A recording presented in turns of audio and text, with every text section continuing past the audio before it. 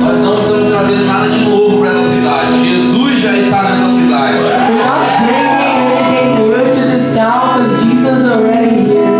O que nós vamos fazer nesses próximos 5 dias é deixar ele mais palpável ainda nessa cidade. Our job through this next 5 days make people realize that He is here. E a forma com que ele escolheu para que isso acontecesse foi através da minha vida e da sua vida. And the way that He chose to A cada dia, assim, no seu trabalho. Abençoe toda a sua casa, toda a sua família. Abençoe essa vida. O Senhor tem o interesse na alma dele, Deus. O Senhor tem o interesse de que ele more no céu, Pai. Então eu te peço, Deus, em nome de Jesus Cristo, Pai, que ele possa permanecer em ti, Deus. O homem, ele se separou de Deus. O homem que era amigo de Deus, agora não é mais. Nenhum deles tenha nenhuma doença ou faz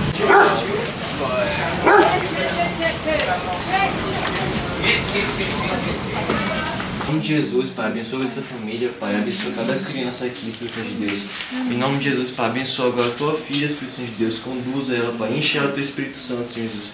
Leve ela para os caminhos que o Senhor deseja, em nome de Jesus, Pai. Que o coração dela seja cheio do Espírito Santo, em nome de Jesus, Pai. Em nome de Jesus, prepara os pés dela, Espírito Santo de Deus, prepara os pés dela, Pai. Que ela possa caminhar, Pai, para onde o Senhor deseja ir, em nome de Jesus, Pai. Que ela possa, Pai, te buscar cada vez mais, em nome de Jesus. Essa é uma galera altamente treinada.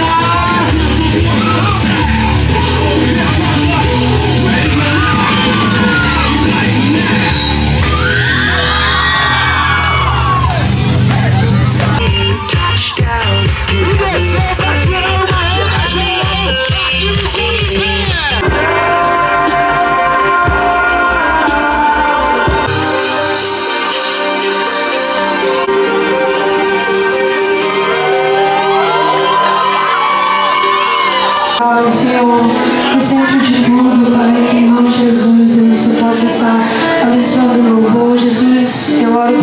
Nós vamos fazer esse povoado aqui. Bem de fácil aqui também. Fui baixando tudo aquela parte ali. Olha aqui, ó, a gente tá aqui. A gente aqui. Mas o que aconteceu com o meu? Vamos lá. Eu não sei. Aqui, Letícia. Ela foi pro outro carro, ela foi pra outra carro. Foram as por outro carro. Ela era minha amiga. Não, eles foram fazer a outra... A gêmea. Eles foram fazer o povoado lá, são 100 casas. Vamos lá, todo mundo aqui tá com dupla? Sim, eu tô. Faço aqui também? Faz esse. Aí a gente se encontra aqui lá.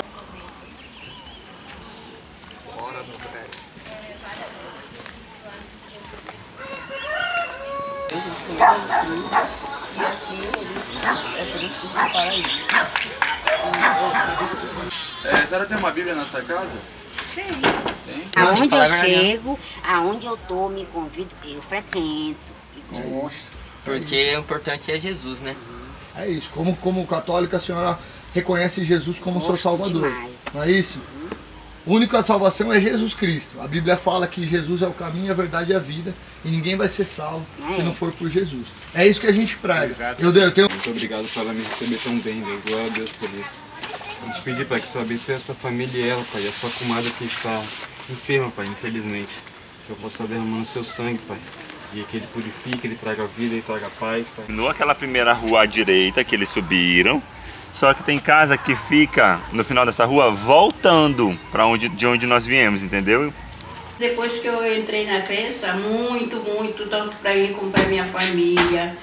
O meu filho sofreu um acidente, mas ele foi curado por Deus, porque Deus estava ali me ajudando, até apesar de eu estar sozinha lutando com ele, mas foi muito bom, é uma saída que eu fiz da minha casa para outro lugar, que Deus fez muitas coisas boas e está fazendo, continua e vai continuar fazendo, porque quem tem Deus na vida tem fé, tem tudo. Porque como diz aquele lá no Salmo, quem confia no Senhor será como os montes de Sião, que nada se abala, mas permanece para sempre. Sério. E sobre essa Bíblia que a senhora acabou de ganhar aí? Essa aqui eu vou agradecer, eu já estou agradecendo desde já, porque é um presente que eu ganhei, mas infelizmente eu vou presentear para um filho que ele também não tem. E ele vai, eu tenho certeza que ele vai ficar feliz por isso. Mandado de Deus.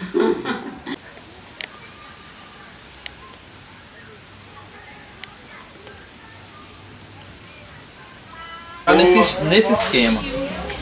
Serraria. Vocês começaram desde manhã de um e andando dentro da... Ah, só, eu vou te dizer uma coisa, só bote pra bote. Só tem que ser 6 horas. Como tá se sentindo?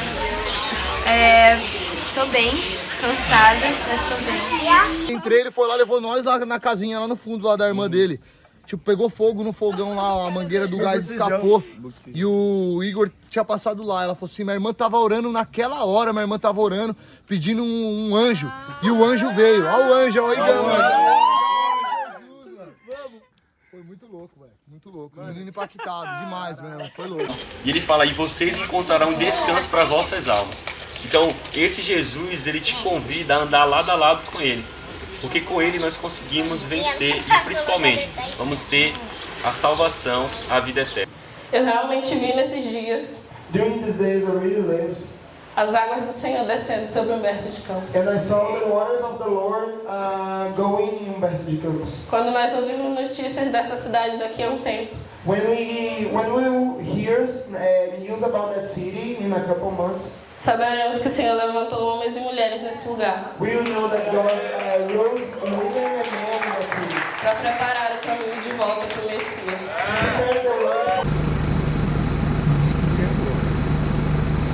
Se ela sabe mesmo, essa bichinha. Vai, bichinha. E Ricardo tá ali pulando que só o raio, aliás.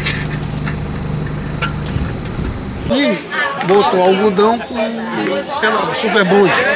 Aí metemos, fizemos uma camada bem grossa. E depois passamos aquela que mistura duas.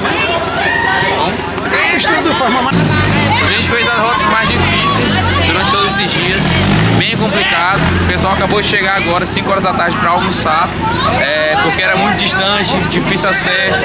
A gente passou por diversos barrancos que a gente achou que não dava para passar, mas a gente passou. Muita areia, muito sol, mas também muita garra, muita vontade de fazer Jesus conhecido. E nós estamos aqui comprometidos aí até o último povoado para que as pessoas conheçam Jesus.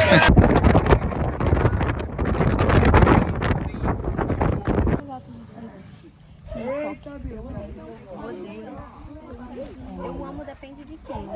Eu acho que eu também sou um pouco assim. Você está feliz? Porque eu estou.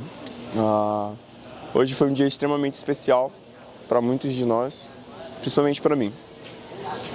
O dia hoje começou bem tranquilo. Infelizmente, eu não pude fazer o meu devocional, porque a minha Bíblia estava num troller, e foi aí que começa.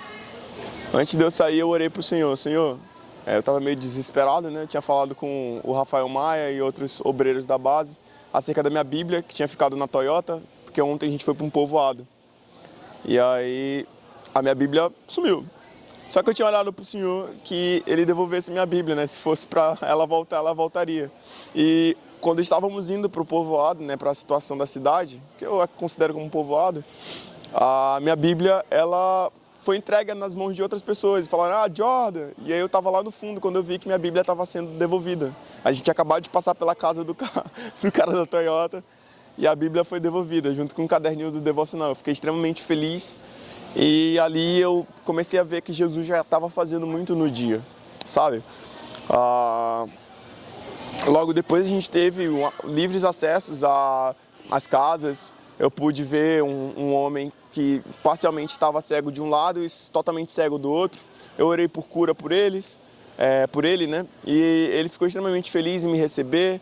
A cura não foi imediata, mas ele disse que estava se sentindo muito melhor, se sentindo bem pela minha presença ali naquela casa. E a todo momento eu estava me sentindo bem, porque as pessoas que estavam conosco estavam nos cercando. E essas pessoas que nos cercando, elas estavam nos mantendo mais felizes, estavam nos dando apoio, né? A gente estava com uma equipe de outras igrejas e isso me trouxe muita felicidade. Um pouco mais tarde, voltamos para cá, né? Nós almoçamos e no almoço Deus me ministrou algo. né, acerca de uma coisa que ele já tinha feito há muito tempo. No prático, né, logo no começo do prático, eu estava com meu coração incendiado. E no teórico, eu tinha desenhado em determinado momento um coração em chamas. E é aí que vem o que o Senhor faz nas nossas vidas, né? Eu coloquei sobre aquele papel um desenho de coração em chamas.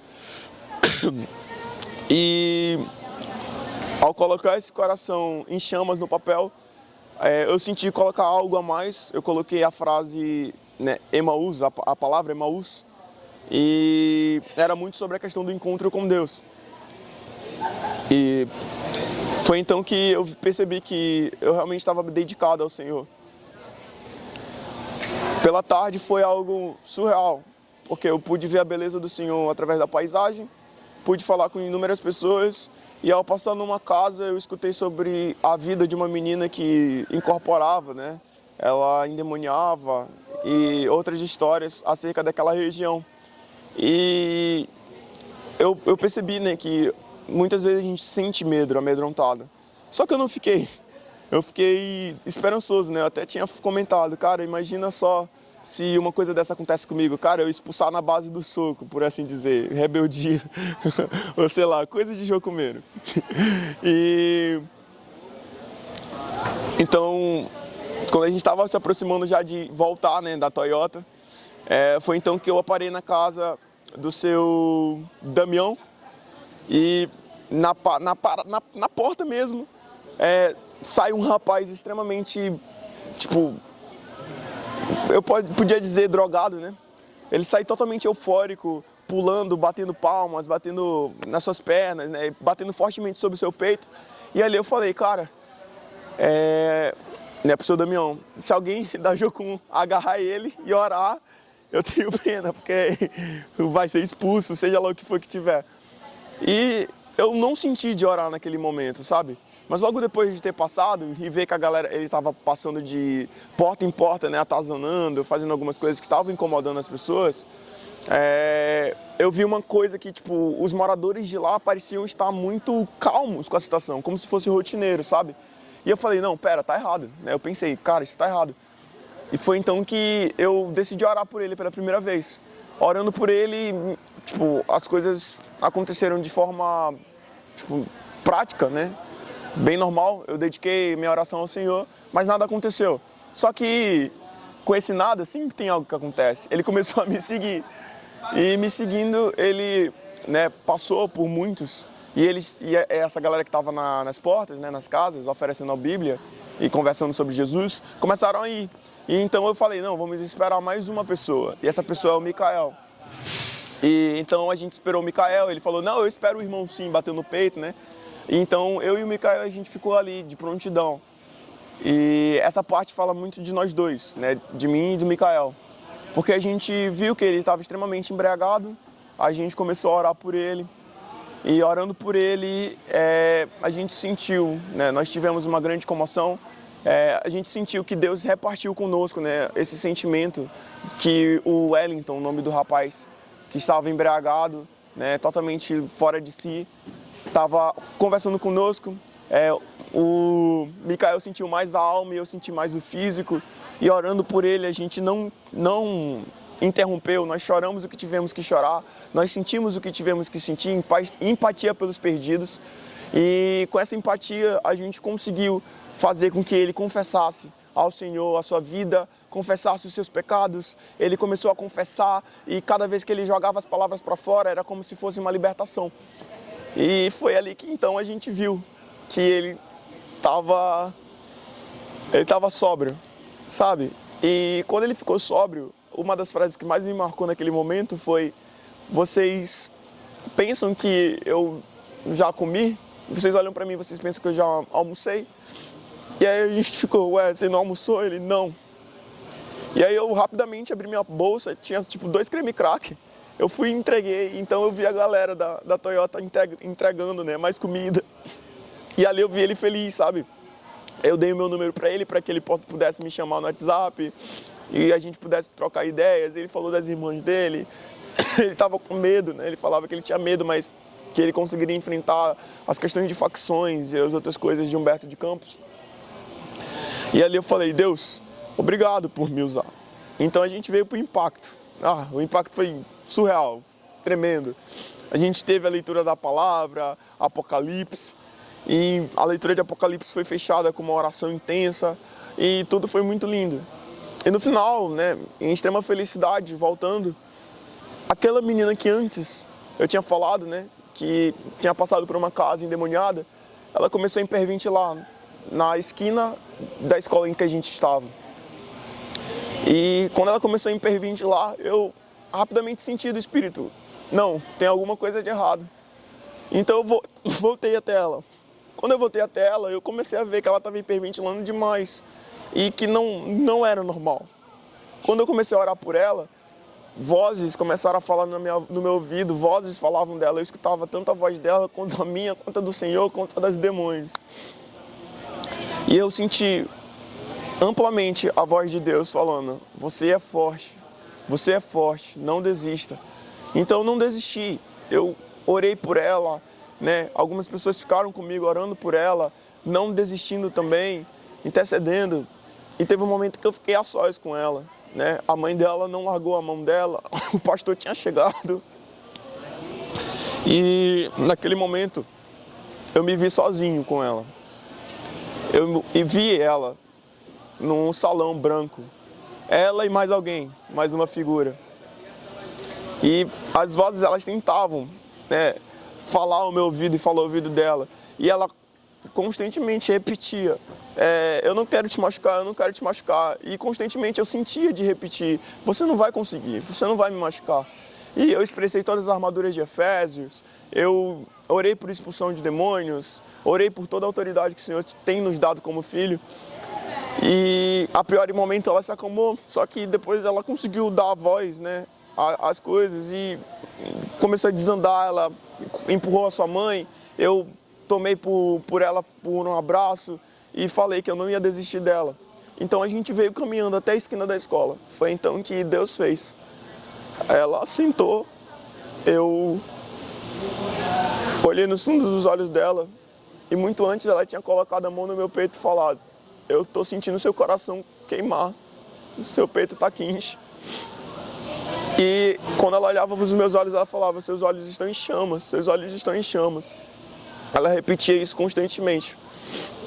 E novamente ela voltou a repetir isso quando ela sentou. E ela falou, seu coração está quente, seus olhos estão em chamas. E isso volta muito ao desenho que lá no teórico que eu tinha feito, do coração em chamas. Então eu olhei para ela e falei, eu não vou desistir de você, não vou desistir de você. Você é filha, você é escolhida.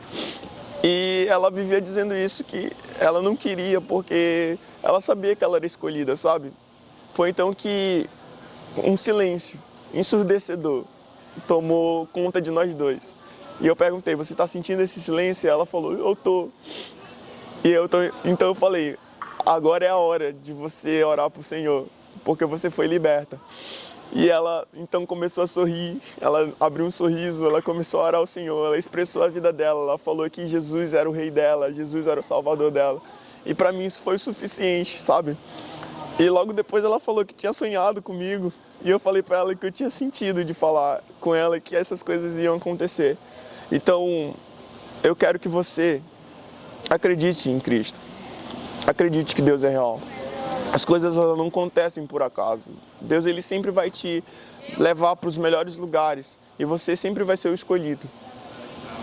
Essa é a realidade do Evangelho, essa é a realidade da missão. As coisas não são fáceis, mas quando você tiver que arcar com as situações, quando você tiver que arcar e enfrentar, enfrente, você tem um grandioso Deus, você não está só.